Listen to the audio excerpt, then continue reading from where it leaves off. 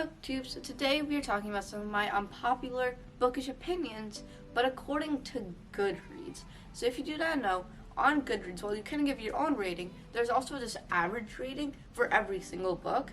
And so today I'm going to be talking about books that I rated really highly, but may not have the best average rating on Goodreads. So I think the parameters I'm going with are, say I rated it 5 stars, but the average rating is more in like the 3.7 range, because that's not amazing on Goodreads. Or if I rated it 3 stars and the average rating is like 4 or 4.5, you get the gist. Let's get right into it. So the first one we have is Stargirl, which I rated 5 stars, but the average rating on Goodreads is 3.76.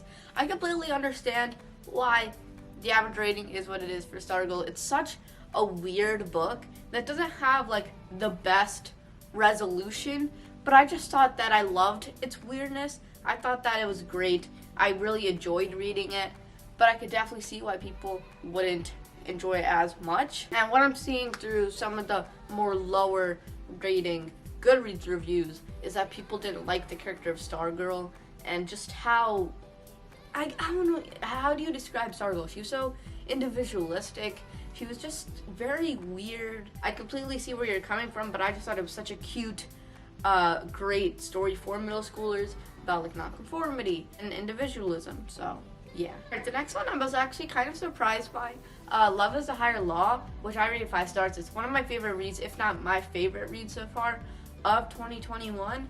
It has an average rating of 3.75 on Goodreads, and I don't understand why, because I just thought it was such a great, heartbreaking but beautiful story about the importance of stories about living in this human condition, and I just thought it was great.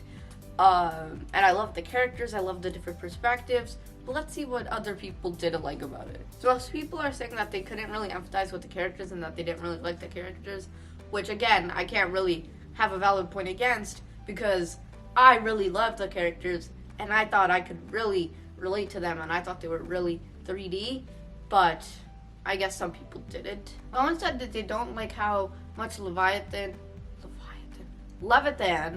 relied on music to be a main plot point of this book and like a main driving force. I really loved that. I thought it was beautiful and I think it really served the book well, but I completely see where they're coming from. And someone else said it was way too short and that there was so much more potential to it.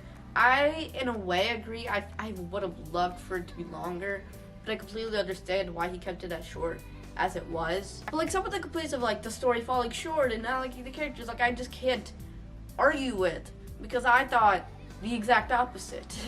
And that's just a completely subjective thing. Okay, the next one, Down and Across, I rated 5 stars, and the average rating is 3.49 on Goodreads. Now, I don't know, because Down and Across was one of the first YA books I ever read, and so maybe if I revisited it now, I wouldn't like it as much as I did when I originally read it.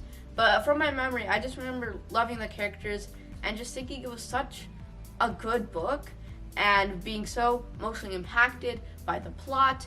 I just remember really enjoying it. So I guess I'm gonna read some reviews, but again, I read this book such a long time ago. Someone said they had a problem with Fiora's character, and I, like, looking back on it, I guess I could definitely see how she was a little bit of a cliche, but I thought she was really interesting, and that her and Scott's interactions were really interesting. And someone said that the characters were kind of characters, and like maybe they were cliches, but again, I wouldn't know. All I remember is that this was a great book about someone going to Washington DC and learning a lot about themselves and learning grit, and I just remember really enjoying it. And someone said the ending is anticlimactic, which I still disagree with. I still think the ending was not bad.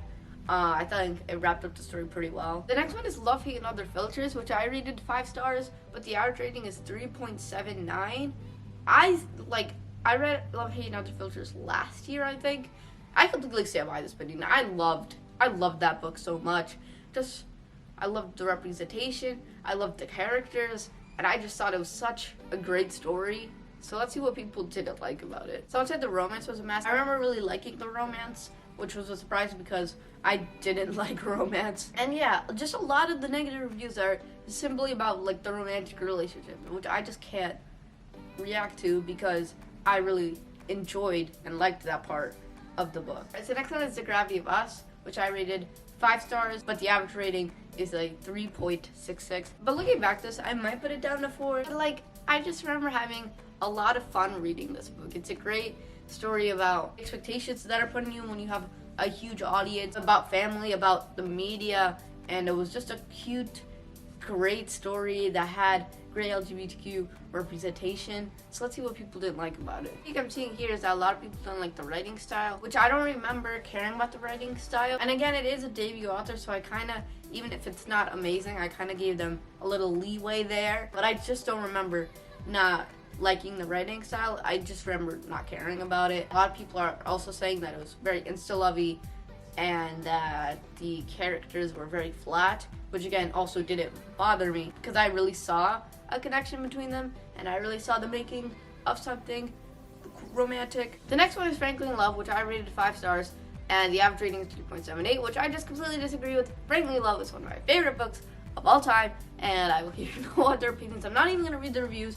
I'm assuming most of the reviews are about how it's marketed as a fake dating book, as a romantic book, and it was more about other stuff.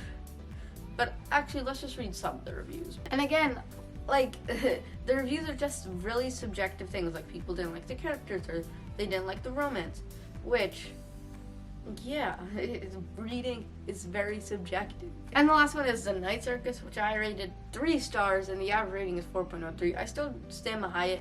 I know why so many people love The Night Circus, because of its writing style, because of just the circus element and how fantastical it was, but I just couldn't get behind the characters and the romance. I just didn't like it. I didn't at all like the ending, and I just thought it was weird and way too extra at times, but I completely already understand why people really enjoyed it. So yeah guys, did this video kind of make me think about my ratings for books? Yes. But did it really make me realize how subjective reading is? Yes. If you enjoyed this video, leave a like, comment down below, subscribe, turn post notifications on, and I will see you next time with another video. Bye.